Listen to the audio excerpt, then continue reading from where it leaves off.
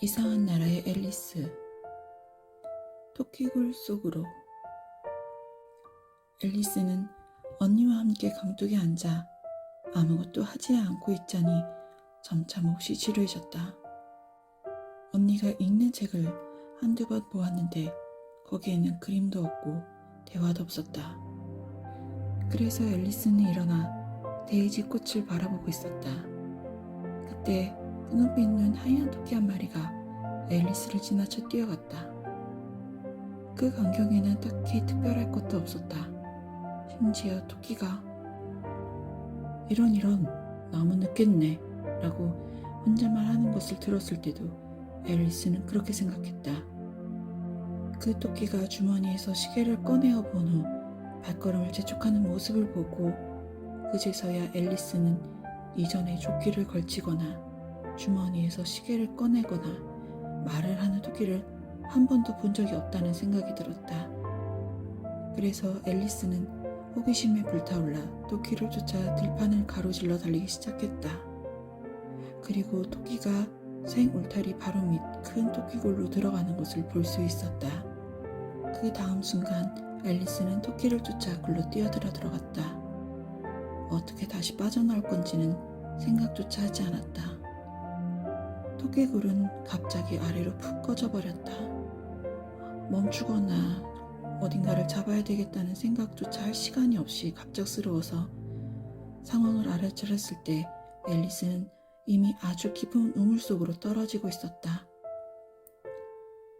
우물이 깊어서인지 아니면 천천히 떨어지고 있었기 때문인지 몰라도 앨리스는 주위를 둘러보고 다음에 무슨 일이 일어날지 생각할 정도로 충분한 시간이 있었다. 먼저 앨리스는 아래를 보고 어디로 떨어지고 있는 건지 알아내려고 했다. 하지만 어두워서 아무것도 보이지 않았다. 옆으로 눈을 돌려보니 우물벽이 천장과 책장으로 가득 채워져 있다는 것을 발견했다. 지도며 그림들도 여기저기 걸려 있었다. 아래로 끝이 있기는 한 걸까? 한참을 떨어지고 나서 갑자기 쿵 소리를 내며 나뭇가지와 마른 잎 뭉치로 떨어졌다. 다 내려온 것이다. 앨리스는 조금도 다치지 않았다. 앨리스는 곧바로 두 발로 깡총 뛰어 일어났다. 위를 올려다보았지만 온통 어두울 뿐이었다. 앨리스의 앞으로는 긴 통로가 있었는데 흰 토끼가 아직 거기서 허둥지둥하는 것이 보였다.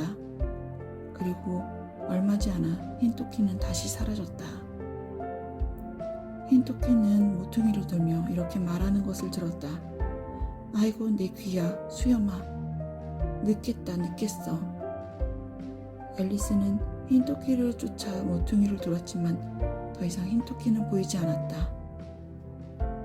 복도 주변에는 여러 개의 문이 나 있지만 모두 잠겨 있었다. 앨리스는 이리저리 돌아다니며 모든 문을 열어보려 했지만 열리는 문은 없었다. 앨리스는 어떻게 하면 다시 나갈 수 있을까 걱정하며 힘없이 복도 가운데로 돌아왔다. 문득 앨리스는 다리가 셋 달린 탁자를 발견하였다. 탁자는 유리로 만들어져 있었고 그 위에 아주 작은 황금 열쇠가 있었다. 처음에 앨리스는 이 열쇠로 여기 있는 문을 열 수 있겠다 생각했다. 하지만 자물쇠가 너무 크거나 열쇠가 너무 작았다. 열쇠로는 복도를 둘러싼 문을 열 가능성이 없어 보였다. 앨리스는 다시 한번 천천히 주위를 살펴보았다. 처음에 발견하지 못했던 커튼을 발견하고 그 커튼 뒤에 높이가 고작 15인치밖에 되지 않는 아주 작은 문을 발견하였다. 혹시나 하는 마음에 작은 황금 열쇠를 넣어보았더니 기쁘게도 딱 맞았다. 앨리스는 문을 열고 안을 보았다. 그 문은 작은 통로로 이어져 있었는데 쥐 구멍보다 그리 크지 않은 정도였다. 앨리스는 무릎을 꿇고 통로 안을 들여다보았는데 난생 처음 보는 아름다운 정원으로 이어지고 있었다. 앨리스가 어두운 복도에서 나가 꽃들이 활짝 핀 정원을 거닐고 싶었지만 그 문에는 머리도 넣을 수 없었다. 문 옆에서 기다려봐야 아무 소용도 없었기 때문에 앨리스는 혹시 다른 열쇠가 없는지 기대하며 테이블로 돌아왔다. 탁자 위에는 작은 병이 하나 있었다. 병목에 걸린 종이 표지에는 크고 아름다운 글씨로 나를 마셔요 라고 적혀 있었다. 하지만 영리한 앨리스는 서두르지 않았다. 어딘가에 독이라고 적혀 있는 건 아닌지 살펴봐야지. 앨리스는 어린이가 불에 데였다던가 짐승에게 잡아먹혔던가 아니면 다른 좋지 않은 일을 당하는 이야기를 몇 개 읽은 적이 있었다. 모두 이전에 배운 간단한 규칙을 기억하지 않아 생긴 일이다. 그리고 앨리스는 독이라고 쓰인 병에 든 것을 마시면 조만간 몸이 안 좋아진다는 것을 똑똑히 알고 있었다. 하지만 병 어디에도 독이라고 적혀 있지 않았다. 때문에 앨리스는 우선 맛을 조금 보았다. 그 맛이 매우 좋았기 때문에 앨리스는 곧 단숨에 병을 비웠다. 이상한 느낌일걸? 내가 만원경처럼 접히고 있나봐. 정말 그랬다. 앨리스는 이제 작게 줄어들어 키가 10인치밖에 되지 않았다. 이제 문을 지나 아름다운 정원으로 갈 수 있는 딱 맞는 크기가 되었다는 생각에 앨리스의 얼굴이 환해졌다. 하지만 앨리스는 몸이 더 줄어들진 않는지 먼저 몇 분 동안 기다려보기로 했다. 앨리스는 더 작아지면 어쩔까 약간 걱정을 하였지만 조금 후에도 아무 일이 일어나지 않자 앨리스는 정원으로 가기로 마음먹었다. 그러나 문 앞으로 간 앨리스는 작은 황금 열쇠를 탁자 위에 그냥 두었다는 것을 깨달았다. 다시 탁자로 돌아갔지만 앨리스는 열쇠에 손이 닿지 않을 거라는 걸 깨달았다. 유리 탁자 너머로 열쇠가 분명히 보였지만 기어 올라가려고 아무리 노력해도 탁자 다리는 오르기엔 너무 미끄러워왔다. 지쳐버린 앨리스는 주저앉아 울었다. 운다고 될 일이 아니잖아. 이제 그만 울음을 그쳐. 앨리스는 스스로에게 단호하게 말했다. 얼마 지나지 않아 앨리스는 탁자 밑에서 작은 상자 하나를 발견하였다. 그 안에는 작은 케이크가 들어있었고 케이크 위에 건포도로 날 먹어요 라고 적혀 있었다. 좋아, 먹어주지. 이걸 먹고 내가 커지면 탁자 위에 올려놓은 열쇠를 가지면 되고 더 작아져 버린다면 문틈으로 나갈 수 있을 거야. 어느 쪽이든 상관없어. 앨리스는 케이크 한 조각을 베어 먹었다. 놀랍게도 키는 그대로였다. 케이크를 먹는다고 키가 커지지 않는 것이야 당연하지만 앨리스는 말도 안 되는 일이 벌어질 거라는 것 말고는 일반적으로 따분하고 심심한 일은 아무것도 기대하지 않고 있었다. 그래서 앨리스는 재빨리 케이크를 다 먹어버렸다. 눈물 웅덩이. 이상해. 앨리스는 소리쳤다. 내가 세상에서 가장 큰 만원경처럼 펼쳐져 버렸어. 이때 앨리스의 머리가 천정에 부딪혔다. 앨리스는 이미 키가 9피트가 넘게 커져 있었다. 앨리스는 재빨리 탁자 위에 놓인 금 열쇠를 집어 문을 열었다. 하지만 앨리스가 할 수 있는 일이라곤 한쪽으로 누워 한 눈으로 문 안을 들여다보는 것이 고작이었다. 그래서 그곳을 지나가는 일은 엄두도 내지 못하게 되었다. 앨리스는 주저앉아 다시 울기 시작하였다. 앨리스가 흘린 눈물은 방 안에 가득 차서 큰 웅덩이가 되어버렸다. 웅덩이 깊이는 4피트나 되어 방 높이의 절반이나 되어버렸다. 이때 어디선가 발자국 소리가 들렸다. 앨리스는 눈물을 훔치고 무엇이 다가오나 살펴보았다. 아까 그 흰 토끼였다. 흰 토끼는 근사한 옷을 입고 한 손에는 흰 장갑 한 쌍을 들고 다른 손엔 큰 부채를 들고 있었다. 토끼는 깡총거리며 매우 급하게 다가오며 말하였다. 아, 공작부인, 내가 그녀를 기다리게 했다간 가만두지 않겠지? 앨리스는 토끼가 다가오자 작고 낮은 목소리로 입을 열었다. 저 괜찮으시면.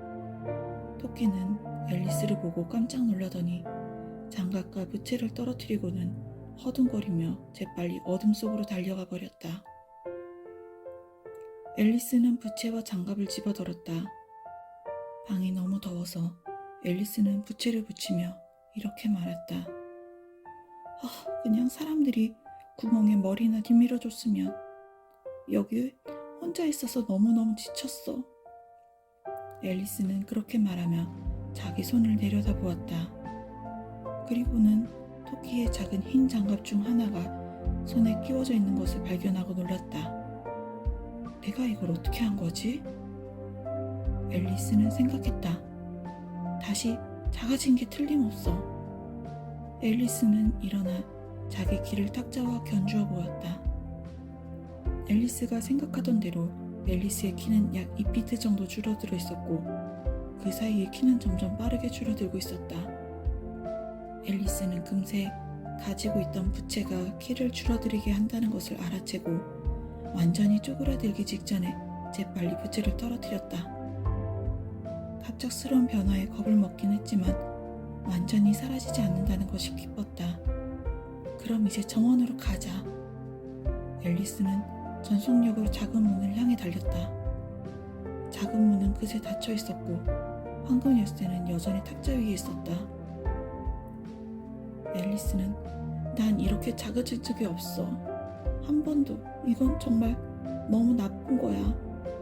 라고 생각했다. 그 순간 앨리스의 발이 미끄러졌다. 앨리스의 뺨에 찬물이 닿았다.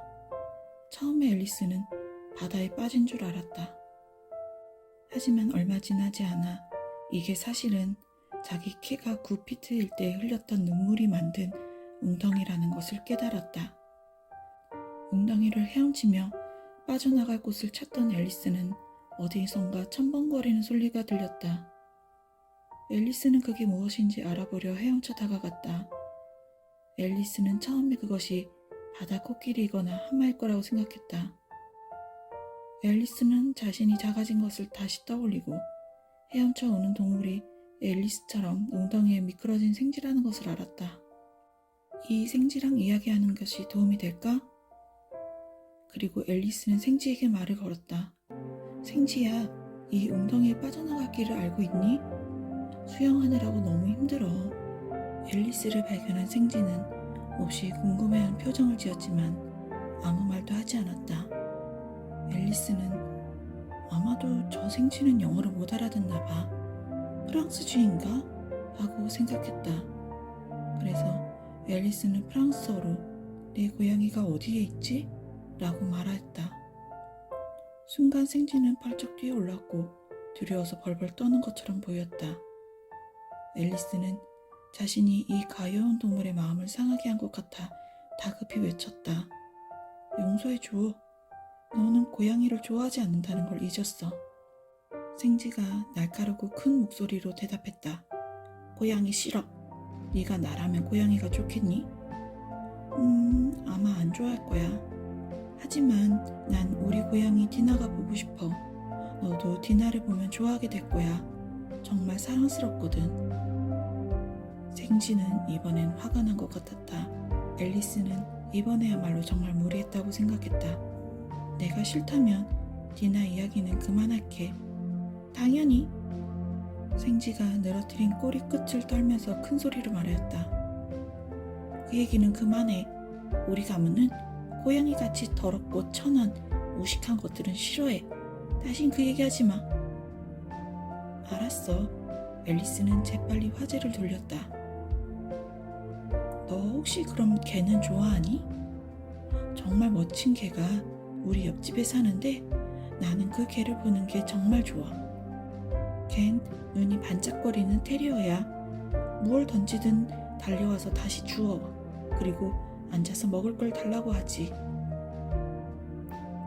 생쥐는 첨벙거리며 물살을 만들면서 온 힘을 다해 멀리 헤엄쳐가고 있었다. 앨리스는 부드러운 목소리로 생쥐야, 돌아와. 너가 싫어하면 고양이나 개 얘기는 안 할게 하고 말했다. 생쥐는 그 소리를 듣고 천천히 헤엄쳐 돌아왔다. 생쥐의 얼굴은 창백해 보였다. 일단 웅덩이를 벗어나자. 그럼 내 이야기를 해줄게. 그러면 너도 내가 왜 고양이랑 개를 싫어하는지 알게 될 거야. 한참을 가다 보니 웅덩이엔 다른 동물과 새들도 빠져 있었다. 오리 한 마리, 도도새 한 마리, 인꼬 한 마리, 어린 독수리 한 마리, 그리고 신기한 동물도 몇 마리가 보였다. 앨리스는 앞장서서 이 동물들과 헤엄쳐 웅덩이를 빠져나왔다.